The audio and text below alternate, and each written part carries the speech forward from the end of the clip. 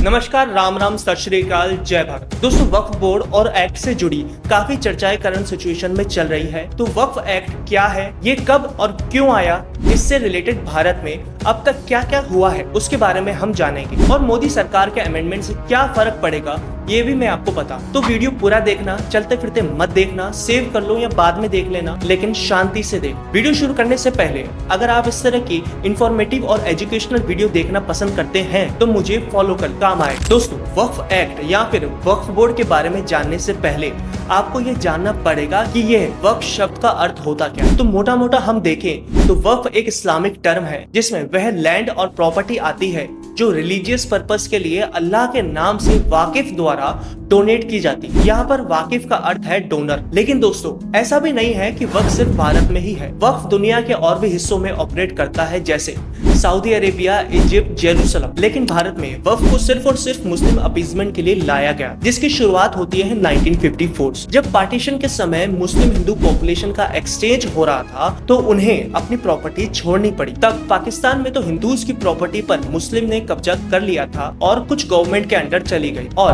भारत में होना तो ये चाहिए था उन मुस्लिम प्रॉपर्टीज पर माइग्रेटेड पॉपुलेशन को बसाया जाए, पर नेहरू जी ने 1954 वक्फ एक्ट बनाकर वक्फ की जोली में सभी प्रॉपर्टीज डाल। पर इस समय भी वक्फ के पास इतनी पावर नहीं। इस समय वक्फ के अगेंस्ट सेशन कोर्ट में केस भी चलते थे और हार जीत भी होती। अब 1984 का टाइम आता और वक्फ में कुछ फेरबदलाव होते हैं जो कि इतने मेजर नहीं थे, वक्फ की मैनेजमेंट के रिगार्डिंग थे। लेकिन 1995 में वक्फ बोर्ड को पीवी नरसिम्हा राव की सरकार ने सेक्शन 40 के तहत इतनी ताकत दे दी कि जिस भी लैंड पर वक्फ कब्जा करना चाहता है उसकी इंक्वायरी, डिसीजन मेकिंग और डिक्लेरेशन का हक सिर्फ वक्फ को ही होगा। और इसी 1995 एक्ट में ये चीज भी ऐड की गई थी कि अगर कोई व्यक्ति वक्फ को चैलेंज करना चाहता है तो वह सेशन कोर्ट में नहीं जा सकता, उसे वक्फ के ट्रिब्यूनल में ही जाना पड़ेगा। और उस ट्रिब्यूनल के सभी मेंबर कंपलसरी मुस्लिम ही होंगे, जिससे ये होने लगा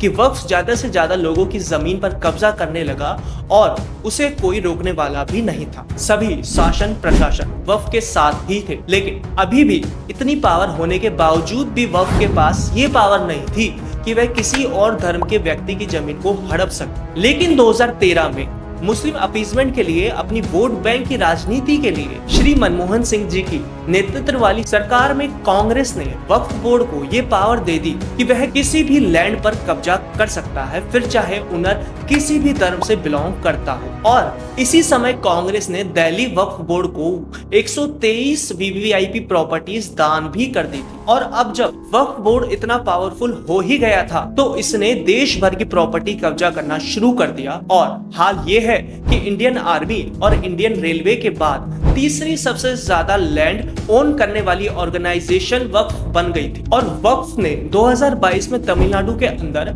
आधे से ज्यादा गांवों की प्रॉपर्टी वक्फ की डिक्लेयर कर दी, जिसमें एक 1500 साल पुराना मंदिर भी आता था। मतलब सोचिए, इस्लाम को 1400 साल पुराना बताया जाता है और उससे भी पहले का मंदिर। और इसी 2022 में हरियाणा वक्फ बोर्ड ने एक गुरुद्वारे की जमीन को कब्जा लिया था। दोस्तों, वक्फ की इसी मनमानी को खत्म करने के लिए भारत सरकार ने वक्फ अमेंडमेंट 2024 इंट्रोड्यूस किया, जिसमें वक्फ के लगभग 40 सेक्शन को अमेंड किया है। और इस अमेंडमेंट में सेक्शन 40 का रिमूवल होगा, जिसमें वक्फ के पास ये पावर थी कि वह इंक्वायरी, डिसीजन मेकिंग और डिक्लेरेशन सभी चीजें खुद कर सकती थी। इससे पूरी तरह से हटा दिया जाएगा। दूसरा, ये इंश्योर किया गया है कि वक्फ अब किसी भी प्रॉपर्टी पर ऐसे ही क्लेम नहीं कर सकती, और नॉन इस्लामिक प्रॉपर्टी पर तो बिल्कुल भी नहीं। और जिस पे वो कर चुकी है उसका री इवेल्युएशन होगा। तीसरा, इस अमेंडमेंट में रिप्रेजेंटेशन की बात की गई है, जिसमें नॉन मुस्लिम